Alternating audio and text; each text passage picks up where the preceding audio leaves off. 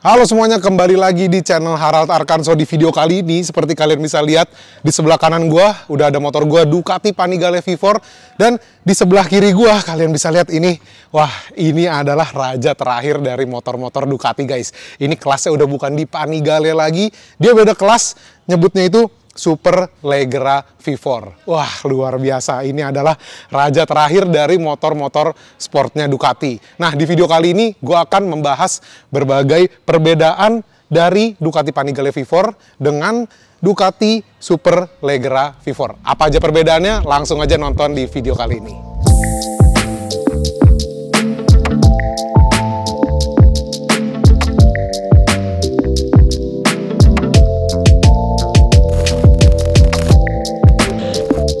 Oke, sekarang kita lihat dari bagian depannya dulu. Nah, dari bagian depan nih guys, seperti kalian bisa lihat ini wingletnya. Kalau di Panigale V4 wingletnya cuma satu doang nih di bagian sini ya. Nah, untuk yang Superleggera V4 ini wingletnya ada yang di bagian atas dan ada yang bagian bawahnya juga. Nah, untuk wingletnya juga kalau Panigale V4 masih yang biasa seperti ini bahannya, untuk yang Superleggera V4 wingletnya kalian bisa lihat ini udah karbon guys bawaannya. Kemudian lanjut lagi ke bagian bawah nih, kaki-kaki untuk spakbor depannya dia juga udah dapat karbon. Kalau V4 masih standar biasa warna merah gitu doang.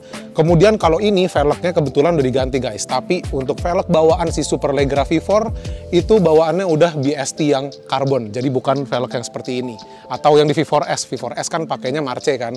Nah, untuk di Superleggera berhubung ini motor yang paling spesial dari Ducati, mereka kasih velg standarnya aja udah velg dari BST karbon yang palangnya itu 5 tapi kebagi menjadi 2 setiap palangnya. Nah, kemudian untuk shock breakernya ini udah menggunakan Öhlins, tapi untuk kalipernya ini dia udah ganti lagi guys. Jadi bawaannya bukan Brembo yang GP4RX ini. Kemudian kaliper cooler juga tambahan dan disc brake juga udah diganti. Jadi kalau misalnya dari bagian depan tadi perbedaannya itu.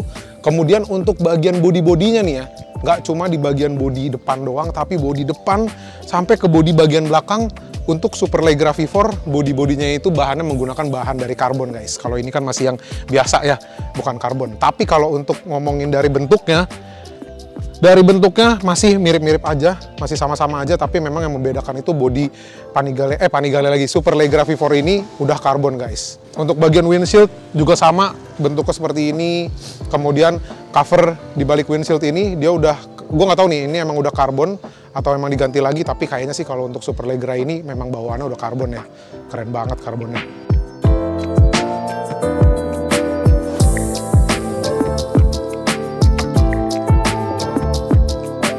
Oke, kalau tadi kita udah ngomongin bodi bagian depan, terus kaki-kaki, terus downforce juga. Tadi gue bilang bodi-bodinya kan ini memang sudah karbon semua. Tapi kalau misalnya di V4 itu dia polos warna merah doang. Nah, kalau di sini dia tuh ada aksen-aksennya, ada liverinya juga warna putih. Kemudian ada tulisan Superleggera V4. Kemudian ini warna merahnya juga bukan merah cuma satu warna doang kayak di V4 gue guys. Tapi ini dia ada warna merah terang, kemudian merah gelap, dan ada yang lebih gelapnya lagi. Jadi ada 3 warna merah yang berbeda di bagian bodinya gitu ya. Jadi dia nggak polosan doang, ada liverinya juga guys. Rangkanya, frame-nya dia juga udah terbuat dari karbon guys, gokil. Bayangin betapa lightweight-nya motor ini Superleggera V4 tuh ya, kalian bisa lihat udah karbon semua. Kemudian di bagian undercowl juga udah karbon pastinya. Ini gue nggak tahu sih ini apakah udah diganti atau memang bawaannya ya, tapi ini kan dia dry clutch, koplingnya terbuka gitu guys, terekspos gitu ya. Ini nggak ada yang nutupin lagi, biasanya kan kayak pakai cover kaca gitu, tapi kalau ini terbuka gitu guys. Suara dry clutch-nya itu nanti kita dengerin langsung deh. Kalau misal orang yang nggak paham pasti bakal ngiranya ini motor rusak gitu ya, karena bunyi kerincing-kerincingnya itu besar banget suaranya. Sekarang kita pindah ke bagian tangkinya. Nah, kalau gue lihat dari secara garis besar bentuk tangkinya memang beda guys. Dia lekukan-lekukannya itu ada perbedaan dibanding motor gua. Cover yang ada di depan sini nih untuk Superleggera V4 dia ada semacam bolong-bolongnya gitu. Kalau yang dipunya gua nggak ada lubangnya lagi, jadi rata begitu aja. Bentuk segitiganya juga beda, tapi kalau misalnya kita ngelihat layout stangnya sih hampir mirip banget ya sama Panigale V4. Yang membedakan itu di segitiganya guys tuh. Kalau di sini segitiganya bolongnya tuh ada 2 bagian gitu lubangnya, tapi kalau punya gue cuma kayak 1 doang begini. Di sini ada tulisan Superleggera V4 nomor 332 dari 500. Jadi Di seluruh dunia, motor Superleggera V4 ini cuma diproduksi sebanyak 500 unit. Jadi bayangin betapa limited editionnya motor satu ini. Nah, kemudian untuk steering dampernya, dia juga udah menggunakan steering damper dari Öhlins. Dan ini sepertinya pengaturannya manual, jadi bukan yang elektronik gitu. Untuk bagian speedometernya ini tampilannya sama juga guys. Bentuknya juga sama, dan kalau kita nyalain, nah tampilannya seperti itu. Jadi kayaknya memang sama banget sama di Panigale V4 gua.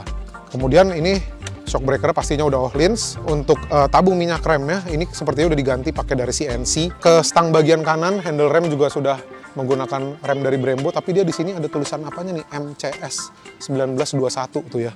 Beda lagi tuh kayaknya dari RCS ya, dia tulisannya MCS. Terus perbedaannya lagi ada di bagian joknya guys. Jadi kalau joknya yang ini bedanya nggak dicakarin kucing. Enggak. Yang itu emang dicakarin kucing, yang ini belum.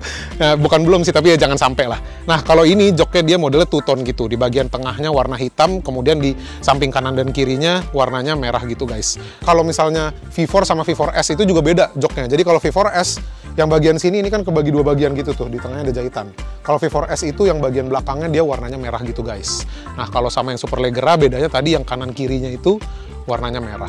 Bagian buntut bentuknya sama aja seperti di Panigale V4 gua. Yang membedakan itu bahannya pastinya karbon juga. Terus dia di sini ada semacam bolong gitu, lubang gitu. Terus di sini tulisannya GPS. Bagian sininya juga karbon semua, dan di sini ada untuk buka kunci. Gue nggak tahu nih buka kunci apa, mungkin buka kunci yang belakangnya kali atau gimana. Kalau di punya gue nggak ada, tertutup rapi seperti itu.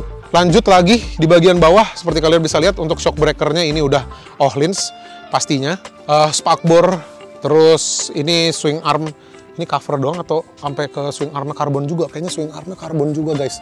Ini gue perhatiin bagian dalamnya, iya aksennya karbon gitu. Gokil ya, bener-bener full karbon banget nih motor. Terus untuk footstep ini udah diganti pakai Lightech, jadi udah bukan bawaannya. Velg juga udah diganti, pastinya yang belakang sama seperti yang depan, pakai velg dari Rotobox. Untuk ukuran bannya sama sepertinya, untuk ukurannya itu 200 juga, sama kayak di Panigale V4 gua. Oke, selain yang tadi udah gue sebutin perbedaannya, ada perbedaan yang lebih detail lagi. Jadi kayak di bagian baut-baut, itu katanya bautnya itu udah menggunakan baut-baut dari titanium. Kemudian untuk pistonnya, pokoknya bagian mesin bagian dalamnya itu juga udah terbuat dari titanium guys. Kemudian berhubung ini bodi karbon, terus rangka karbon, velg bawaannya juga udah karbon. Dry weightnya motor Superleggera V4 ini cuma sekitar 159 kg. Kalau kita bandingin sama V4 gua itu beratnya 170-an kilogram. Itu kita ngomongin dry weight ya. Jadi bedanya itu cukup besar ya, sekitar 20 kilo. Makanya tadi gue sempat mindah-mindahin, ini rasanya lebih ringan gitu, lebih enteng, rasa lebih jauh lebih enteng dibanding Panigale V4 gue. Dan untuk riding positionnya, surprisingly pas tadi gue naikin, gue cukup kaget sih. Pas gue naikin, ini riding positionnya jauh lebih nyaman dibanding Panigale V4 gue guys.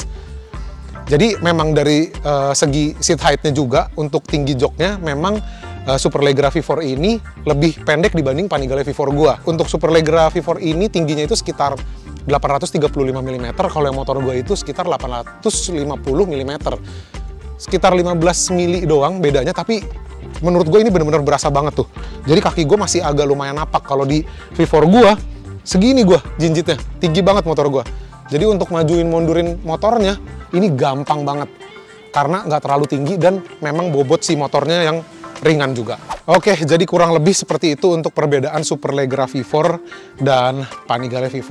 Mungkin kalau lebih ke perbedaan dari segi mesin yang begitu spesifik, torsinya, kemudian horsepower dan segala macam, kalian bisa langsung cek aja di website Ducatinya langsung. Jadi gue bahas dari segi tampilannya aja, kurang lebih seperti itu.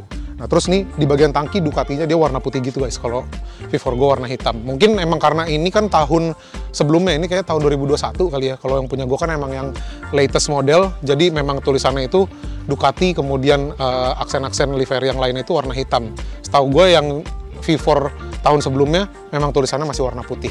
Nah sekarang langsung aja kita dengerin suara dari Superleggera V4-nya. Dan kebetulan ini kalau kalian beli Superleggera, dia udah dapat 2 knalpot guys. Jadi knalpot yang standar, kemudian udah dapat knalpot yang Akrapovic-nya juga. Nah sekarang langsung aja kita dengerin suara dari Superleggera V4 menggunakan knalpot dari Akrapovic.